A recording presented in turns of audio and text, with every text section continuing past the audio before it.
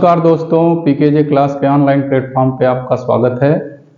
आज हम ऋग्वैदिक काल के परिचर्चा के दौरान हमने पिछले वीडियो में देखा था, ऋग्वैदिक काल पे हमने एक छोटी सी जानकारी प्रस्तुत की थी। ये बताया था कि किस प्रकार आर्यों के विभिन्न सिद्धांत हैं, उन पे चर्चा और परिचर्चा हुई थी।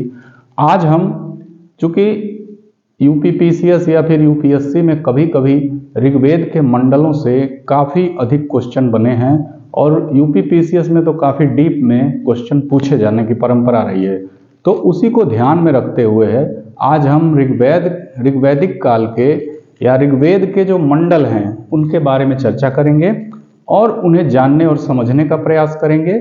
इसके अलावा ऋग्वेद के आधार पर ही हम मुख्य रूप से ऋग्वेद काल की सामाजिक स्थिति, धार्मिक स्थिति, राजनीतिक स्थिति और जो है आर्थिक स्थिति को जानने और समझने का प्रयास करेंगे।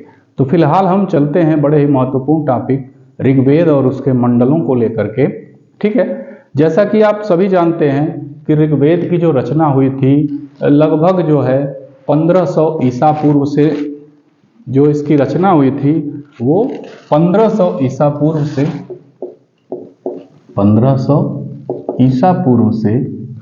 1000 ईसा पूर्व के मध्य जो है इसकी रचना मानी जाती है। हालांकि इसको भी लेकर के विद्वानों में मत है, लेकिन ये सर्वाधिक जो है सर्वाधिक प्रचलित मत है, या इस पर बहुत सारे विद्वान मतैक्य हैं। ठीक है, तो लगभग जो है वो 1500 ईसा पूर्व से 1000 ईसा पूर्व के बीच जो है ऋग्वेद की रचना की गई थी। ऋग्वेद के जो प्रमुख मंडल हैं उसे 10 मंडलों में बांटा गया है। यहाँ पर हम ब्लैक बोर्ड पे हमने उसको ड्रा किया है और उसे समझने का प्रयास हम करते हैं। जैसा कि मैंने पहले भी बताया था कि दूसरा और 7वां मंडल जो है वह प्राचीन मंडल के रूप में जाना जाता है और पहला और 10वां मंडल जो है वो सबसे बाद में जोड़ा गया था। ठीक है, तो इसमें हम देखते हैं कि इसमें कभी कभी प्रश्न जो है सुमेलित करने के लिए आते हैं कि किस विद्वान ने इन मंडलों की रचना की थी या इनके रचयिता कौन है, और कभी कभी सूक्त, कितने सूक्त हैं और किस प्रकार के सूक्त हैं, उनसे संबंधित भी प्रश्न या सुमेलित करने को प्री के पॉइंट ऑफ व्यू से पूछा जाता है। तो आज हम इस पे एक छोटी सी परिचर्चा देखते हैं। ठीक है, तो जो प्रथम मंडल था उसमें अनेक ऋषियों ने जो है सूक्तों को संकलित किया था। यहाँ पे लिखा है अनेक ऋषि, इनमें बहुत सारे ऋषि थे जिनमें मधुछंदा, मेघातिथि, अगस्त और दीर्घतमा नामक कुछ ऋषि थे। उन लोगों ने संयुक्त रूप से इस प्रथम मंडल की रचना की थी। ठीक है, इसके अलावा चूंकि ये सबसे बाद में जोड़ा गया था इसलिए बहुत सारे ऋषियों ने इसमें अपने मंत्रों का समावेश किया है। ठीक है, तो आप देखते हैं यहाँ पे एक चीज देख रहे हैं कि जो प्रथम मंडल है उसमें जो सूक्तों की संख्या है वो 191 है। ठीक है, आगे हम देखेंगे कि जो 10वां मंडल है उसमें भी लगभग सूक्तों की संख्या जो है वो 191 ही है। ठीक है, अब चलते हैं हम द्वितीय मंडल पे। तो द्वितीय मंडल के जो रचनाकार थे या ऋषि थे वो थे गृत्समत और भार्गव, और उनके वंशजों ने मिलकर के इस द्वितीय मंडल की रचना की थी। इसमें कुल 43 जो है वो सूक्त हैं। ठीक है, आगे बढ़ते हैं। तीसरे मंडल की जो रचना थी वो विश्वामित्र ने की थी और उनके वंशजों ने मिलकर के इसका संकलन किया था। इसी में जो है गायत्री मंत्र का वर्णन किया गया है। तीसरा मंडल भी बहुत महत्वपूर्ण है। इसमें लगभग 62 जो है वो सूक्त जो है बताए गए हैं। ठीक है, इसमें लगभग 62 सूक्त जो है वो बताए गए हैं। ठीक है, आगे बढ़ते हैं। चतुर्थ जो मंडल है उसमें वामदेव और उनके वंशजों द्वारा इसको संकलित किया गया। ये थोड़ा सा इंपॉर्टेंट इसलिए हो जाता है क्योंकि इसमें कृषि से संबंधित अनेक सूक्तों का वर्णन किया गया है। ठीक है, तो ये चतुर्थ जो मंडल था उसका वामदेव ऋषि ने इसका संकलन किया था, उनके वंशजों ने मिलकर इसका संकलन किया था। और इसमें कृषि से संबंधित जो है कुछ रचना, कुछ जो है सूक्त या कुछ मंत्र हैं। ठीक है। पांचवा जो मंडल था या पंचम मंडल, उसके जो रचनाकार या ऋषि थे वो थे अत्रि तथा उनके वंशज। ठीक है। और इसमें जो है जैसा कि आप देख रहे हैं, इस मंडल में जो है लगभग जो है 87 जो है वो सूक्त है। ठीक है, पंचम मंडल। अब चलते हैं हम छठवें मंडल में। छठवें मंडल में जो भारद्वाज और उनके वंशज हैं उनके द्वारा इस मंडल का संकलन किया गया था और इसमें लगभग 75 सूक्त हैं। ठीक है। इसके बाद चलते हैं हम सातवें मंडल में। सातवें मंडल में वशिष्ठ व उनके वंशजों के द्वारा इसका संकलन किया गया था और इसमें जो है 104 के करीब सूक्त हैं। इसी सप्तम मंडल में दशराज युद्ध का भी विवरण मिलता है, यानी कि 10 राजाओं के युद्ध से संबंधित जो विवरण है वो इसी सप्तम मंडल में मिलता है, यानी कि 10 राज्य युद्ध का वर्णन जो है वो इसी में मिलता है। ठीक है। इसके अलावा जो आठवां मंडल है, ठीक है ना, आठवां मंडल, इसके जो संपादन या संपादक थे या इसके जो संकलन करता थे वो कण्व ऋषि व अंगिरस ऋषि थे। ठीक है ना, अंगिरस ऋषि भी इसमें शामिल थे इसके संकलन में। यहां लगभग जो है 92 सूक्त हैं और यहां पे बाद में 11 सूक्त और जोड़े गए जिनको बालखिल सूक्त के नाम से जाना जाता है। तो ये थोड़ा सा इंपॉर्टेंट हो जाता है कि अष्टम मंडल में जो है कण्व ऋषि और अंगिरस ऋषि ने जिसका संकलन किया था उसमें प्रारंभ में जो है वो 92 सूक्त थे और बाद में 11 बालखिल सूक्त को इसमें ऐड किया गया। ठीक है। तो आठवें मंडल में इसका विवरण हमें मिलता है। इसके अलावा जो नवा मंडल है ये भी बड़ा महत्वपूर्ण है क्योंकि यह इस मंडल को सोम मंडल भी कहते हैं। ठीक है। इसको पवमान मंडल भी कहते हैं और इसका संकलन जो है वो अंगिरा ऋषि के द्वारा किया गया था। ठीक है। इसमें लगभग जो है वो 114 सूक्त हैं। ठीक है। इसके अलावा जो 10वां मंडल है, चूंकि देखिए पहला और 10वां मंडल बाद में जोड़ा गया इसलिए इन दोनों मंडलों में बहुत सारे ऋषियों ने अपना संकलन कार्य दिया है। इसमें भी बहुत सारे ऋषि थे जिन्होंने इस 10वें मंडल को संकलित किया था। इनमें भी विविध ऋषि परंपरा हमको दिखाई देती है, यानी कि बहुत सारे ऋषियों का संकलन इसमें दिखाई देता है। इनमें अगर प्रमुख ऋषियों की बात करें तो उनमें भृगु जी, त्रित, विमद, श्रद्धा, ठीक है ना, और इंद्र। इसमें एक बड़ी विदुषी महिला थी जिनका नाम लोपामुद्रा और घोषा था, उन लोगों का भी योगदान इसमें मिलता है। ऐसा ऋग्वेद में लिखा गया है कि इंद्र और श्रद्धा के द्वारा भी इस 10वें मंडल के निर्माण में उनको कुछ योगदान दिया गया।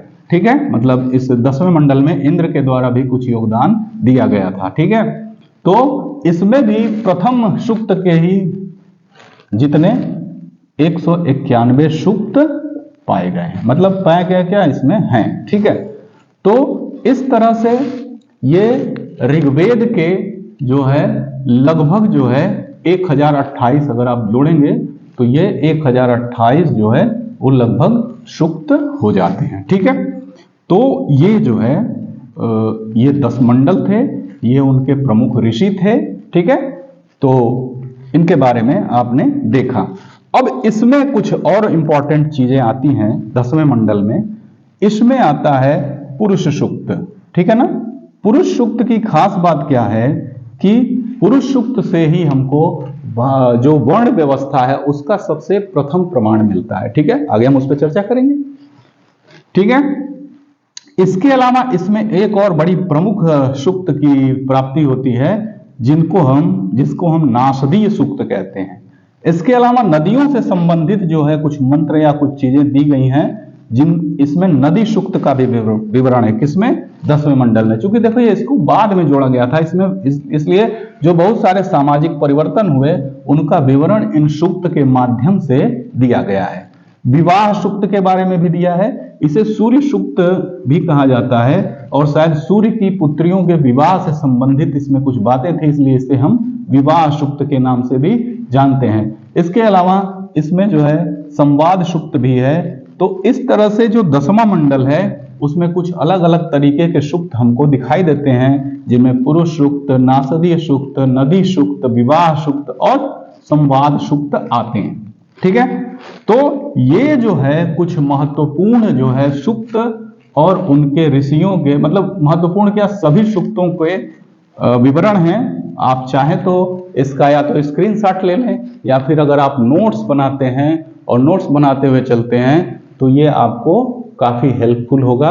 इससे आप सुमेलित करने वाले क्वेश्चनों को भी कर सकते हैं, और अगर इस तरह से भी पूछे कि किस मंडल के रचयिता कौन थे, तो इस तरह से आप इसको स्क्रीनशॉट लेके या फिर नोट्स बना करके प्री में आए हुए क्वेश्चनों को अच्छी प्रकार से टैकल कर सकते हैं। चूंकि यूपीपीसीएस में बहुत अंदर तक जो है इन प्रश्नों को पूछता है, काफी डीपली क्वेश्चन पूछता है, तो इसलिए उसके पॉइंट ऑफ व्यू से ये काफी इंपॉर्टेंट है। आप चाहें तो इसे स्क्रीनशॉट ले सकते हैं या फिर इसको शॉर्ट नोट में लिख सकते हैं। ठीक है, क्योंकि लिखना इसलिए बेटर रहेगा क्योंकि लिखेंगे तो आपकी प्रैक्टिस होगी और आपको अच्छे तरीके से याद हो जाएगा। ठीक है, आगे बढ़ते हैं और देखते हैं हम।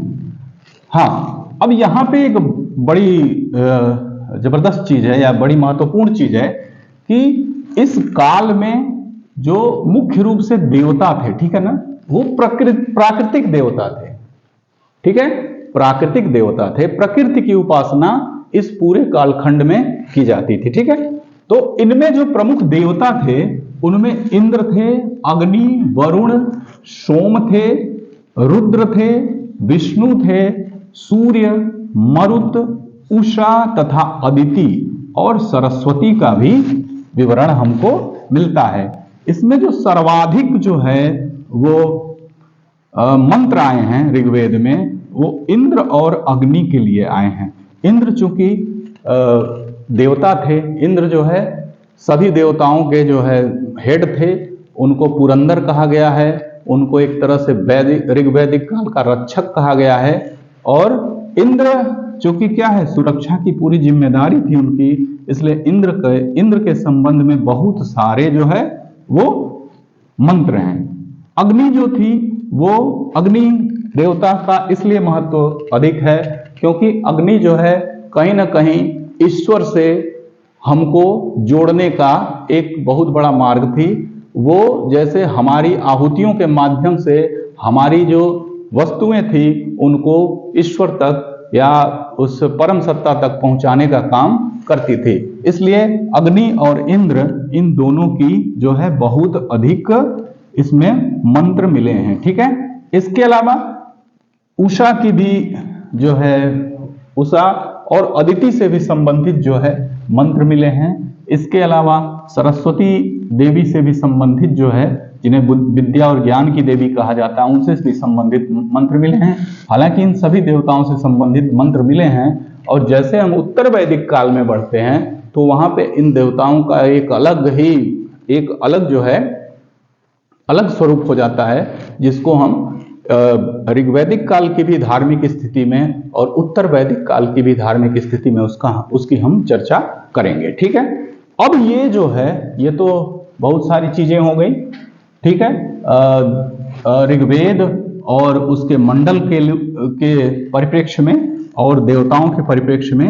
अब जब हम ऋग्वैदिक काल का अध्ययन करेंगे तो उसमें हम कुछ महत्वपूर्ण चीजों पे या कुछ 4 महत्वपूर्ण टॉपिक हैं, उन्हीं के अंतर्गत जो है हम ऋग्वैदिक काल का अध्ययन करें।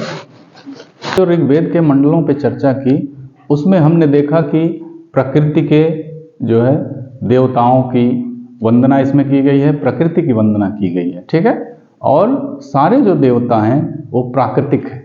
ठीक है, तो यहाँ पे देवताओं से, मंडलों में विभिन्न देवताओं से यह स्तुति की गई है कि हमारी आर्थिक स्थिति, सामाजिक स्थिति और जो है हमारी जो दैनिक स्थिति है वो ठीक रहे, और उन्हीं प्रार्थनाओं का जो है संकलन जो है इन 10 मंडलों के अंतर्गत किया गया है। ठीक है, यहाँ पे एक और चीज पे चर्चा करना चाहेंगे कि यही जो है 33 कोटि जो है वो देवताओं के बारे में भी हमको पता चलता है। ठीक है ना, कुछ लोग ऐसा मानते हैं कि कोटि का मतलब होता है, देवताओं के बारे में हमको यहाँ पे जानकारी मिलती है, तो 33 कोटि जो देवता थे इसको कुछ लोग संख्यावाचक मानते हैं कि इसको करोड़ कहा जाए। नहीं, ये 33 प्रकार, कोटि का मतलब है प्रकार। ठीक है ना, यहाँ पे 33 कोटि देवता है जिसमें 11 जो है वो पृथ्वी के देवता है। ठीक है, 11 जो है वो आकाश के देवता है, आकाश के देवता है। ठीक है, और 11 जो है 11 अन्य देवता द्युलोक, एक लोक है उसके देवता है। ठीक है ना, तो ये 33 कोटि देवताओं का जो है इसमें विवरण मिलता है। और एक खास बात है कि ये सभी देवता प्रकृति के रूप में हैं, इंद्र हैं, वरुण हैं। ठीक है ना, हवा, वरुण का मतलब जल, हवा, जल, इन्हीं के बारे में, अग्नि, ठीक है ना, सूर्य, इन्हीं के बारे में जो है उपासना और उनसे संबंधित मंत्रों का संकलन जो है हम किया गया है। ठीक है, इसके अलावा ऋग्वेद के बारे में कुछ मोटी बातें देख लेते हैं। ठीक है, तो देखिए ऋग्वेद में जो हम अध्ययन करेंगे, जो ऋग्वेद काल का पूरा अध्ययन करेंगे उसे हम 4 पार्ट में बांट के करेंगे। पहला, उसकी सामाजिक स्थिति, सामाजिक स्थिति, ठीक है ना।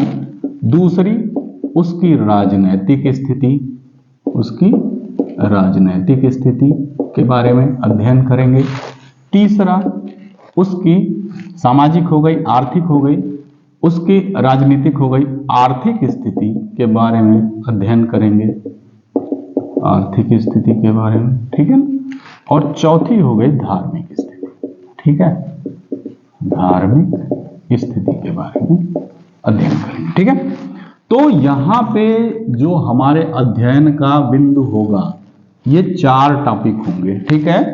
और ये जो चारों टॉपिक होंगे वो ऋग्वेद में वर्णित जो सूक्त या श्लोक हैं उन्हीं के आधार पे हम इन सारी परिस्थितियों का वर्णन करेंगे, ठीक है।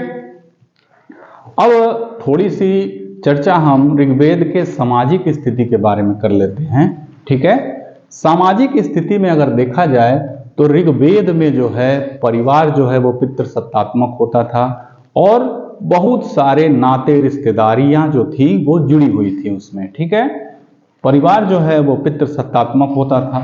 समाज में आप देखेंगे तो वर्ण विभाजन की स्थिति थी और पुरुष सूक्त में इसका विवरण भी मिलता है, पुरुष सूक्त में इसका विवरण मिलता है, पुरुष सूक्त में, ठीक है ना, जो कि 10वें मंडल में दिया गया है। इसमें यह कहा गया है कि विराट पुरुष के मुख से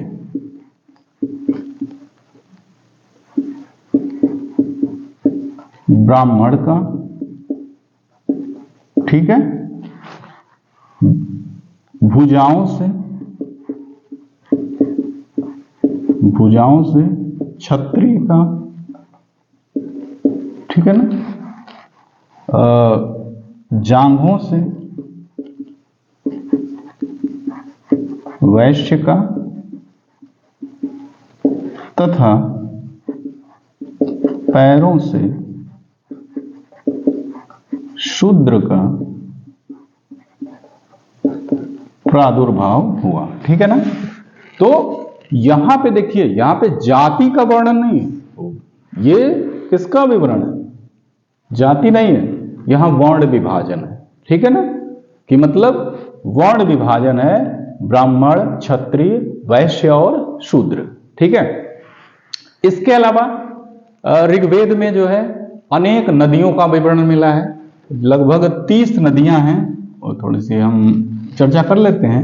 इसके बाद हम इन टॉपिक्स को अगले वीडियो में विस्तृत रूप से चर्चा करेंगे। आज छोटी छोटी कुछ चर्चाएं इस पे हम कर लेते हैं। लगभग जो है 31 या 30 या 31 ऐसा माना गया है नदियों का विवरण मिला है, ठीक है ना। नदियों का विवरण इसमें हमको मिला है, ठीक है ना। और आप देखेंगे कि 10वें मंडल में नदी सूक्त भी है। 10वें मंडल में एक सूक्त है जिसमें नदियों के बारे में वो बताया गया है, ठीक है ना। तो नदियां जो थी, सबसे अधिक अगर किसी नदी का विवरण हमको ऋग्वेद काल में मिला है तो वो सिंधु नदी है, ठीक है ना। सिंधु नदी के बारे में इसका हमको सबसे सर्वाधिक बार विवरण मिला है, ठीक है ना। एक बार जो है गंगा नदी का विवरण मिला है, गंगा नदी का विवरण मिला है, जिसे जानवी के नाम से जाना गया है, ठीक है ना। वो विवरण किस नाम से है? जानवी।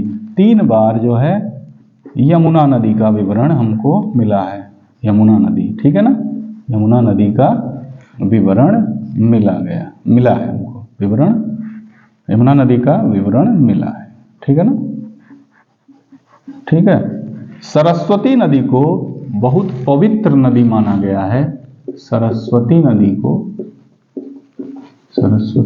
को एक पवित्र नदी माना गया है और इसे नदी तमा कहा गया, नदी तमा कहा गया है, ठीक है ना।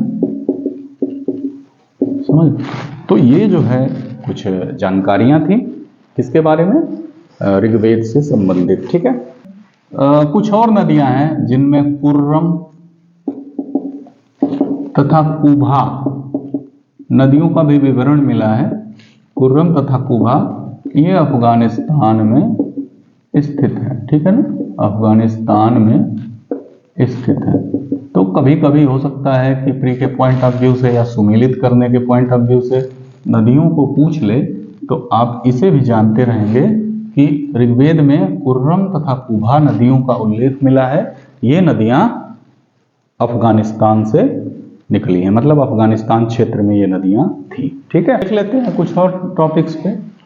ये देखिए, उसमें जो है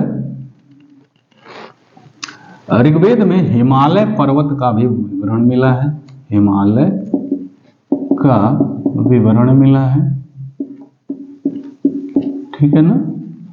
और एक और इसके लिए जो है ऋग्वेद में हिमालय का भी विवरण मिला है।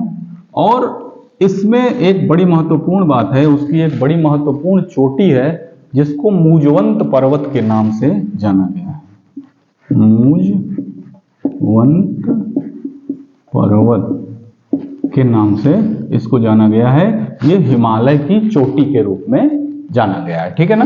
तो ऋग्वेद में हिमालय का भी वर्णन है और मूजवंत जो पर्वत है या जो चोटी है उसका भी विवरण जो है हमको ऋग्वेद में मिला है, ठीक है।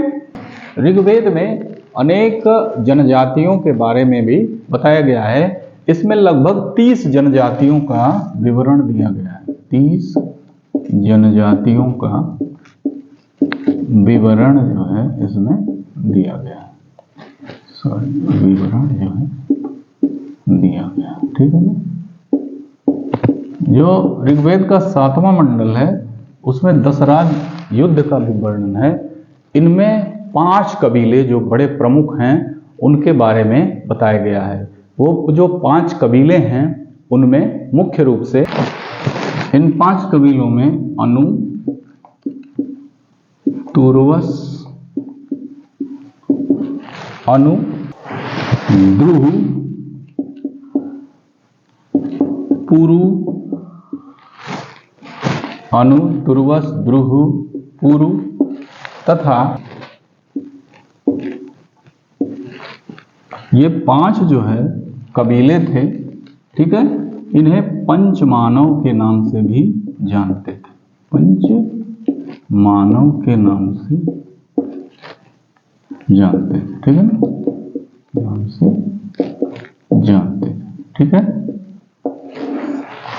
तो ये चूंकि जो हम राजनीतिक स्थिति देखेंगे उसमें हम इस पे विस्तार से चर्चा करेंगे, इन कबीलों के बारे में, कैसे दशरथ ये युद्ध हुआ, कौन से राजा जीते, और इसी तरह भारत में एक वंशावली परंपरा आगे बढ़ी और यहाँ देखेंगे कि कृष्ण के वंशज और राम के वंशज सब यहीं से जो है निकलते हुए दिखाई देते हैं। तो अगले वीडियो में हम दोस्तों इन सारी चीज़ों पे चर्चा करेंगे। आज ये छोटी सी चर्चा ऋग्वेद के मंडलों, ठीक है, कुछ थोड़ी बहुत सामाजिक स्थिति और थोड़ी बहुत राजनीतिक स्थिति पे केंद्रित रही है। अगले वीडियो में हम अगले वीडियो में हम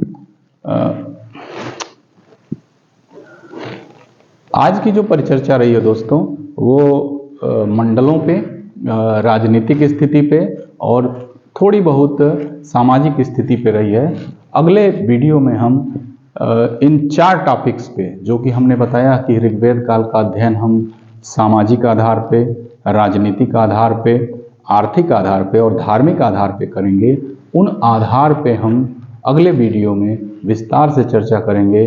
दोस्तों इस वीडियो को आप लाइक करिए, सब्सक्राइब करिए और अपने सुझाव हमें कमेंट के माध्यम से प्रदान करिए।